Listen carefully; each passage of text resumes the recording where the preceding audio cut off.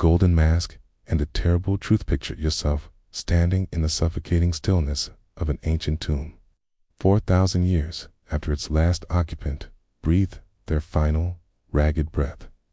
The air is heavy with the scent of dust and age, the weight of time pressing down like the stone walls around you. In the glow of your flashlight, the gold death mask stares back, flawless, serene, godlike. It hides, as it always has, the most terrible truth about the boy it was made for. You step closer, your beam catching on the inlaid lapis eyes. Beneath the gold, beneath the linen wrappings, beneath the ceremonial perfection, lies a body broken by its own bloodline. Was not a death brought by war or accident or even the random cruelty of illness. This boy was undone by a quiet, relentless enemy, one passed to him in every heartbeat, every breath. Every generation before him, his parents were brother and sister, his grandparents, brother and sister. The same with his great-grandparents. For centuries, the royal womb had been a closed chamber, locked to outsiders, in the belief that divine blood must remain pure. In truth, they had been distilling not holiness, but poison. Imagine the life of this young god-king, born into marble halls in golden light, worshipped before he could walk, yet every step he took was a struggle. His spine curved into unnatural arcs, forcing him into a posture of constant strain.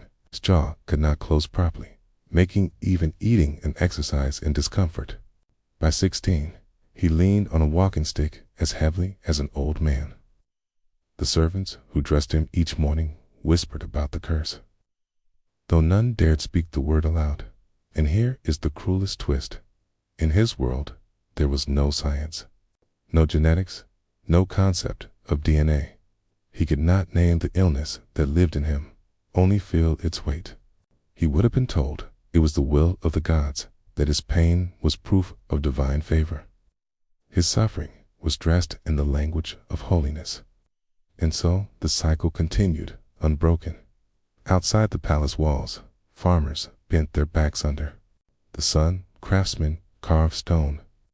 Children ran barefoot through market streets, but none of these mortals were considered fit to share the royal blood. The palace looked inward to sisters and brothers, cousins upon cousins, each union a tightening of the noose around the family's future. To them, purity was worth any cost. The result was a slow-motion catastrophe. Infants died before their first cry could fade. Young princes were carried to tombs before they learned to speak. Those who survived often did so with twisted bones, fragile bodies, and lives shadowed by chronic illness. And yet, each time tragedy struck, it was rebranded as blessing. The gods had chosen the child. The gods had called the prince home. The boy in this tomb was one of the last and most famous casualties of this ancient experiment in human suffering. Every piece of gold around him, the mask, the jewelry, the carved shrines, was meant to proclaim him immortal. But the truth his tomb reveals is the opposite, that he was as vulnerable as any man, and far more doomed. What if I told you that this wasn't an accident of one unlucky birth, but the deliberate outcome of 3,000 years of royal policy? That Egypt's greatest rulers, men and women who commanded armies, built monuments that outlast empires, and shaped the known world, were also prisoners of an idea so dangerous it destroyed them from within. Before we descend deeper into these tombs and open the sealed doors of history, consider this. The pharaohs believed they were preserving a gift from the gods.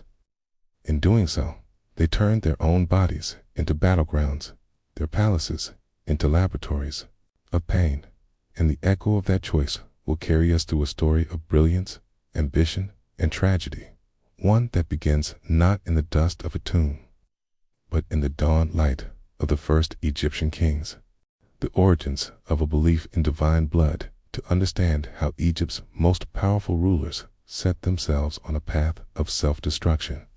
We must travel backward, far beyond the boy in the golden mask, to the first kings who rose from the banks. of the Nile. Here, in a land where the river's flood was the heartbeat of life, kings were more than rulers. They were walking incarnations of the gods. The earliest pharaohs were not content to be mortal leaders blessed by divine favor. They were believed to be divine. Their flesh was the flesh of Horus, their authority the will of Ra. In a world where religion and governance were inseparable, this belief was both a political weapon and spiritual truth. To challenge the pharaoh was to challenge the gods themselves, and what mortal would dare? But with divinity came an imagined danger: contamination.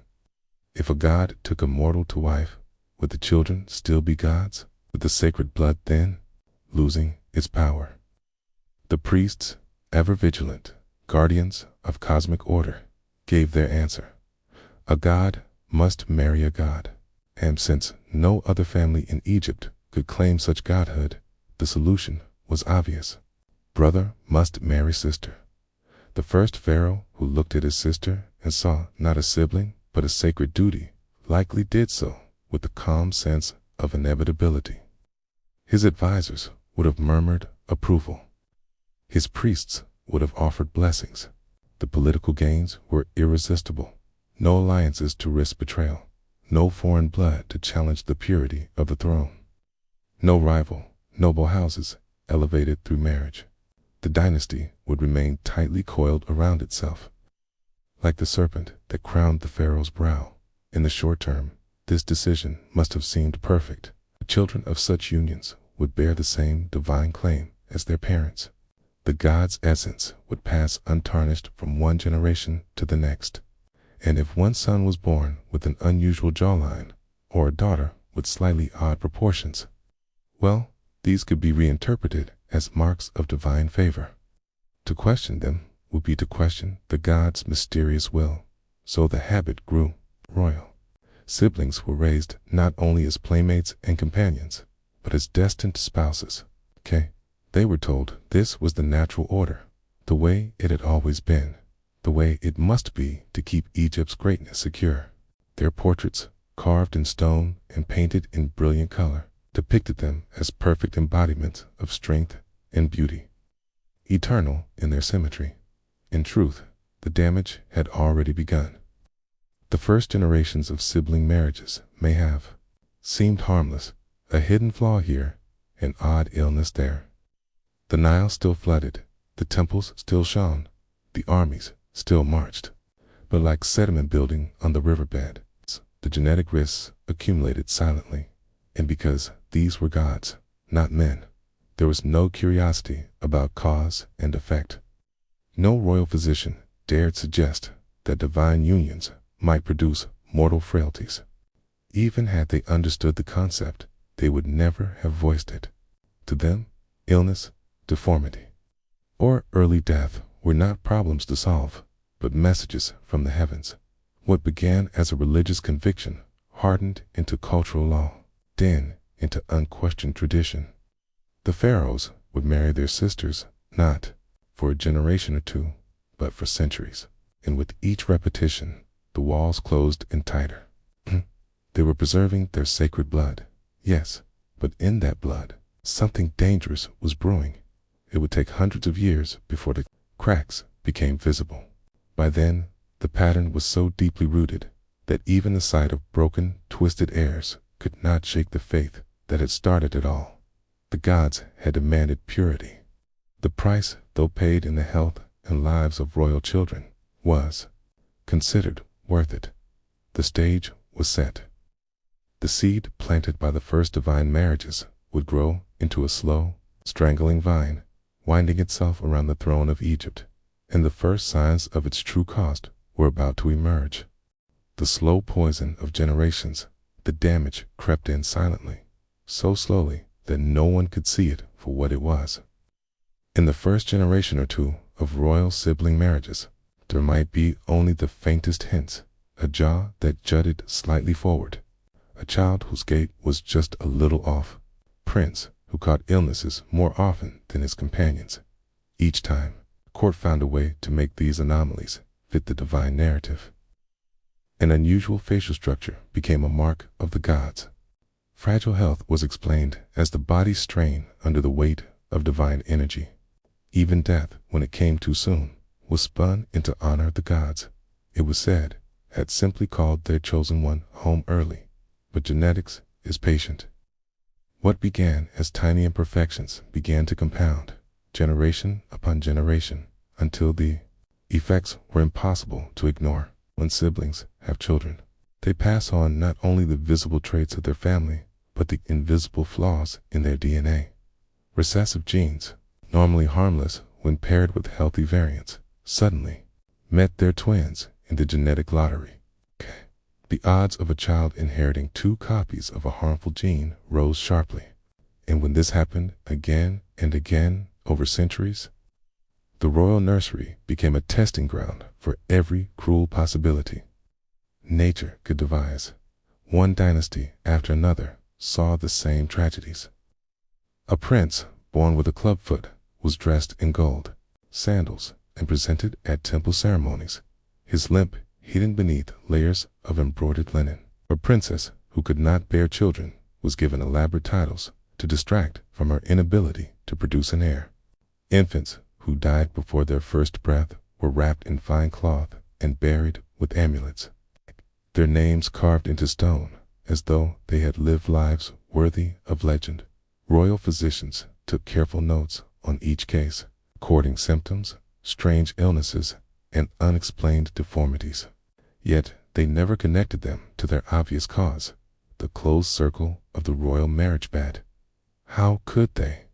Their entire medical worldview was shaped by religion, not by science.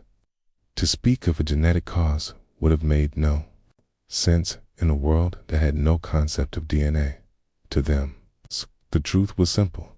The gods gave, and the gods took away. Outside the palace, Egypt thrived. Pyramids rose, obelisks pierced the sky.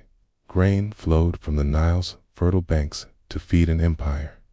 The royal family's suffering was a private matter, tucked behind the high walls of the palace. Ordinary people rarely glimpsed the princes and princesses, except in idealized statues or reliefs. In those perfect, symmetrical depictions, the pharaoh's children were always strong, always flawless. Stone could hide what flesh could not. It was this illusion, this careful masking of reality, that allowed the slow genetic poison to keep flowing through the veins of Egypt's rulers. Even as one generation grew weaker than the last, the system reinforced itself. The priest still insisted on purity. The advisors still warned against contaminating the bloodline, and the pharaohs, raised to believe themselves divine, still looked to their sisters and cousins as the only acceptable brides. By the time the damage was visible, even in official art, it was already far too late. The next chapter in this story would not merely hint at the cost of inbreeding. It would put it on full display in the body and reign of one of Egypt's most controversial kings, and his name would echo through history. The king who rewrote the Godspeed, the middle of the 14th century BCE. The royal bloodline had already been through centuries of this self-imposed genetic trap. And then came a pharaoh who decided not just to rule Egypt, but to rewrite the very rules of its religion. His name was Akhenaten, and his reign would prove to be one of the most radical and physically revealing in all of Egyptian history. Akhenaten did something no pharaoh before him had dared. He told Egypt there was only one god worth worshipping, the Aten, the disk of the sun. Overnight, centuries of tradition were overturned. Temples to Amen were closed, priests were stripped of power, and the old gods were pushed into silence. The Aten became the sole divine presence. Akhenaten, its prophet. But if the religion was new, the marriage customs were not. Akhenaten married Nefertiti, his half-sister or close cousin, and took secondary wives who were also from within the royal circle. Same sacred blood logic still applied. The god's chosen family could not mix with commoners. The strange thing is that Akhenaten's own body, as shown in art, didn't match the idealized, muscular, square-shouldered image of previous kings. Instead, he was depicted with a long, narrow face, a soft, almost feminine torso, wide hips, and spindly limbs. His neck stretched unnaturally. His skull was elongated. His daughters, all 6 of them, were shown with the same strange proportions. Scholars have debated for over a century, were these depictions symbolic, a way to emphasize the Aten's all-encompassing nature, or were they, in fact, startlingly honest portraits of a man whose body bore the hallmarks of generations of inbreeding?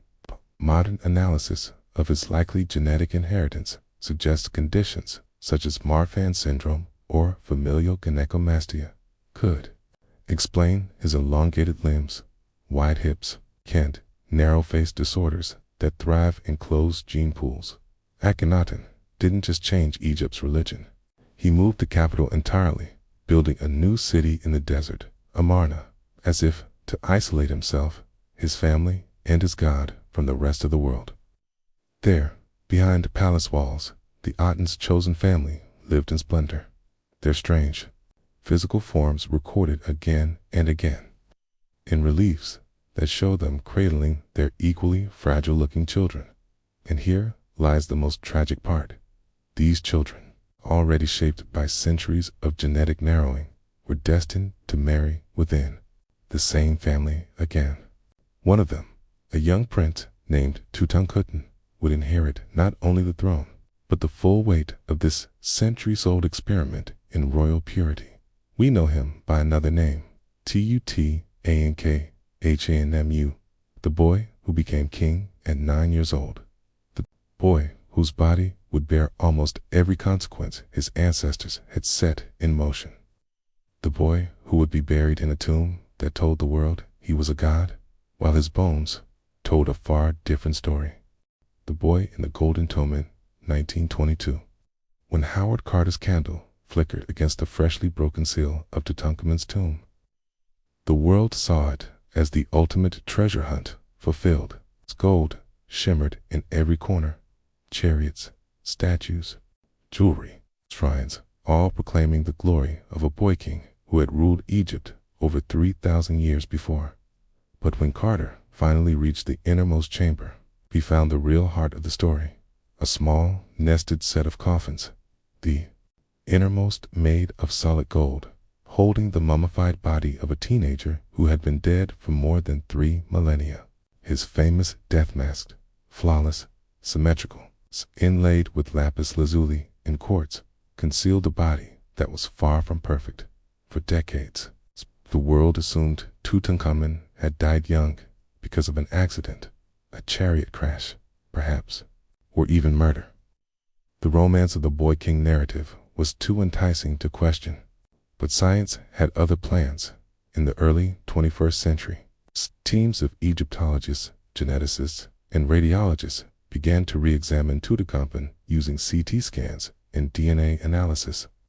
The results stripped away the mask and revealed the cost of centuries of inbreeding with clinical precision.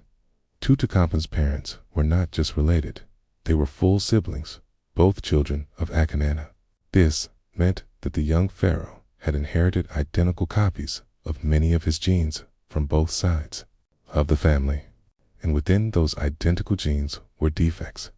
The scans revealed a catalog of suffering: a pronounced cleft palate, a severe curvature of the spine, a clubfoot so twisted he could not walk without aid, fragile bone structure, consistent with a degenerative disease such as Cleeler's disease, which starves bones of blood supply.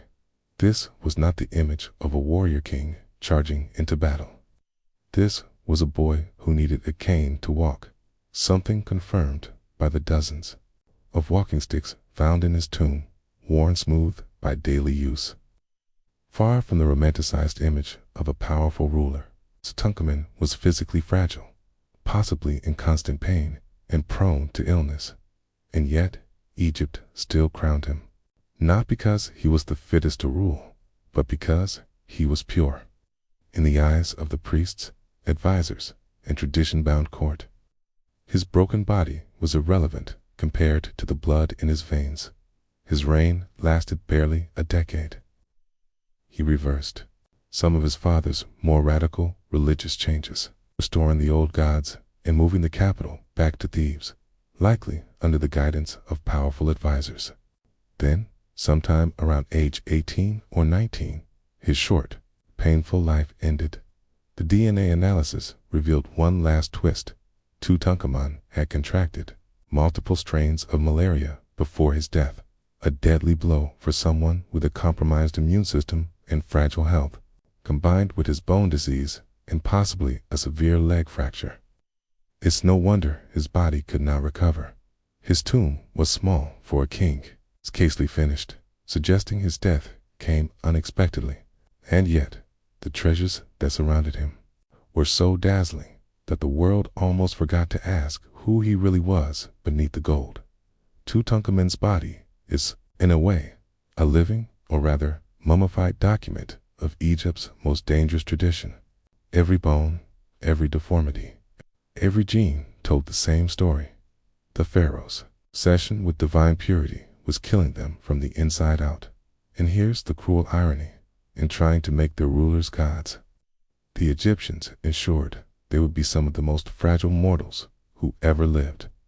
The end of the divine bloodline Tonkin's death was more than the loss of a young ruler. It was the closing chapter of a 300-year-old royal experiment. He left no surviving heirs. This was not for lack of trying. Mummified fetuses were found in his tomb, both daughters, both stillborn. Modern scans show that at least one had severe congenital abnormalities, likely caused by the same inbreeding that had crippled their father. The royal family tree, once imagined as a perfect divine circle, had become a closed loop. Every branch now curved back into itself. The dynasty had effectively bred itself into extinction after Tutankhamun died. The throne passed not to another direct heir, but to advisors and generals, men with enough political skill to seize power, but without the sacred claim of divine blood. The high priests, who had once been guardians of the pure royal line, were forced to bless these new rulers anyway. The ideology of unbroken divine descent, the very reason sibling marriage had been maintained for so long, had finally failed. What's telling is how quickly the court began to rewrite history. Tutankhamun's name, along with that of his father, Akhenaten, was chiseled out of monuments in an attempt to erase the Amarna period entirely. Official records painted a picture of seamless succession, as though nothing unusual had happened. But the sudden absence of a clear blood heir was a glaring sign of collapse. Egypt itself would endure. Great temples would still rise. Armies would still march, but the specific line that had once ruled with the authority of gods was gone. The divine blood had been preserved so carefully that there was no one left who could carry it forward without also carrying the diseases that came with it. This ending carries a strange irony. The pharaohs began this tradition to ensure their eternal strength and legitimacy. In reality, they built a slow, self-destructive trap that tightened over centuries, till even their gold-covered tombs could not hide the truth in the silent, sealed darkness of Tutankhamun's burial chamber. The story was preserved perfectly. Gold mask above, broken body beneath. It is both a treasure and a warning. Even the most powerful empires can be undone, not by foreign armies or natural disaster, but by the quiet, relentless mathematics of biology. Centuries later, when modern science peered through the wrappings of the Boy King, it confirmed what his ancestors could never have admitted. The gods they sought to emulate had never been in their blood. Only the flaws were. If you'd like, I can now add an epilogue showing how this ancient genetic trap has echoes in other royal families across history, and how the lesson of Tutankhamun still resonates in modern science and politics.